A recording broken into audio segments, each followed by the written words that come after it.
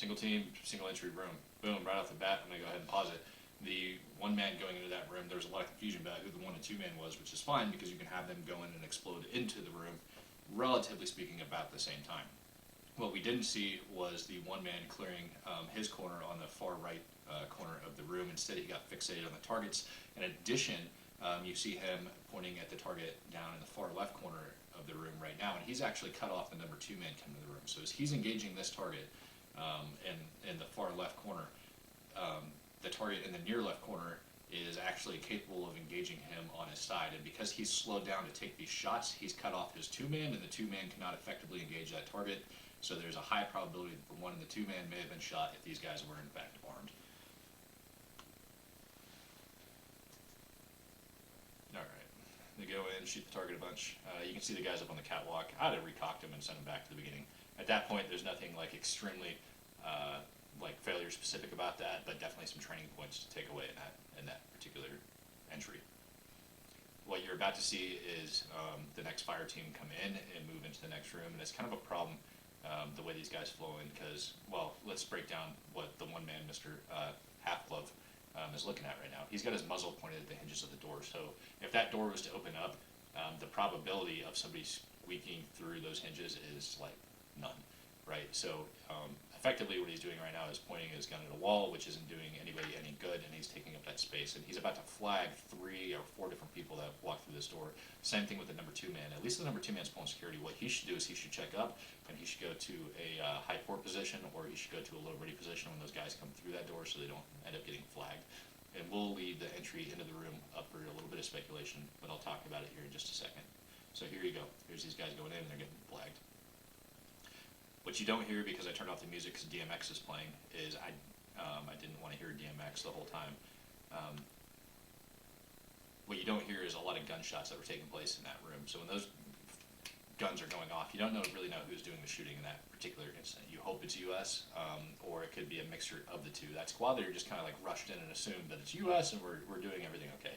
What he really should have done is he should have backed off and waited for the go-ahead for him to come in. Instead, he walks right in, gets flagged by 2 guys that are pointing their guns at now a forward position, walks right in front of their barrels, gets flagged, and then stands in the doorway for a minute, then opens the doorway right after the gunshots go off with 0 situational awareness. So it's a very dangerous situation for him. Then he lets this next fire team come in, and what's now the trail fire team. They come in, and they've got their muzzles up, and they're flagging everybody in that room.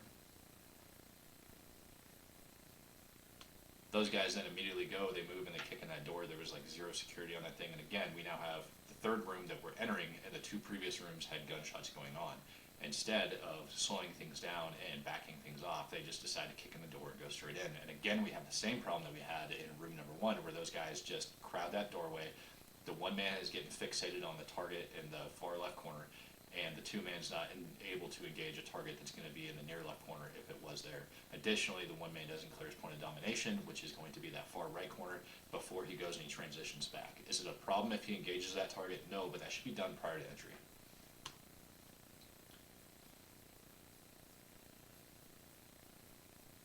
Alright, what you can't see right now is that those 2 guys that are fixated on that target in the far right or the far left corner are actually standing in front of the threshold of another door. So if there is a bad guy on the other side, he might be sending rounds into that room through that doorway or through those walls. So you got to be extra cautious and not be crossing over those thresholds unless you absolutely have to. Yeah. Guy goes down to a knee, does a mag change, not a big deal. They go into transition and they start moving to the next room. It is what it is.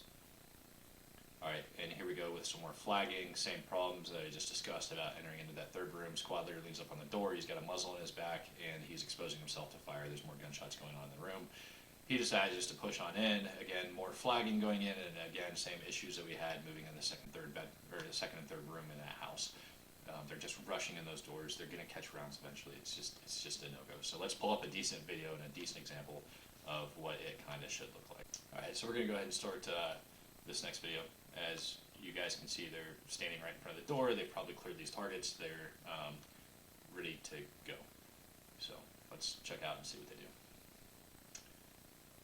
As you can see, there's a target directly on the wall in front of them. They've probably already engaged that target, and the guy that's in the center of the threshold looks like he's about to throw some sort of distraction device, which I believe is a 9-banger.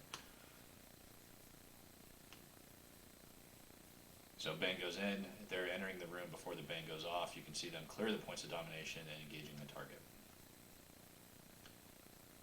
Here's just a cool thing. I mean, if it was me, I'd probably pull a little bit better security ones back away from the door, but they didn't feel like it because the door's closed, there's no threats. Pay attention when they enter these rooms, guys and gals. As you can see, as they enter the room, they're doing a really good job not to flag each other. They're immediately picking up and going directly to their points of domination. Nobody's pointing muzzles at anybody, and they're actually slowing down. In one of these shots, you can actually see a guy running up to the door, and then he slows down right before he gets to it. And that is just indicative of taking up that time that you need. Once that door is breached, he's running up to the door real quick, looking right there, he's running up to the door, and then he, boom, slows down, takes his time, clears his threshold. There's no need to run into a room unless you are actively being engaged. As you can see, these guys are moving nice and slow, methodical, going in, slow, smooth, smooth as fast. And that's your video for you guys. I hope you guys enjoyed this content. If you did, hit me up. If you guys want to come out to Battle Springs Ranch, take classes with myself or Jason Pike, Frog Command Tactical, you can. We have a 1,000-yard shooting range out there. In addition to that, we also have a 100-meter flat range. We have about a 280-degree shooting range, and we do also CQB techniques, room clearing, building clearing. We have a 11,000 square foot shoot house out there for you guys to be able to come out and shoot at. So if you guys want to come out and learn some stuff like this from prior operators, let me know. Jason Pike and I are out there. You can go to www.battlespringsranch.com and sign up for classes with us today. Take care, peace, love, and God bless.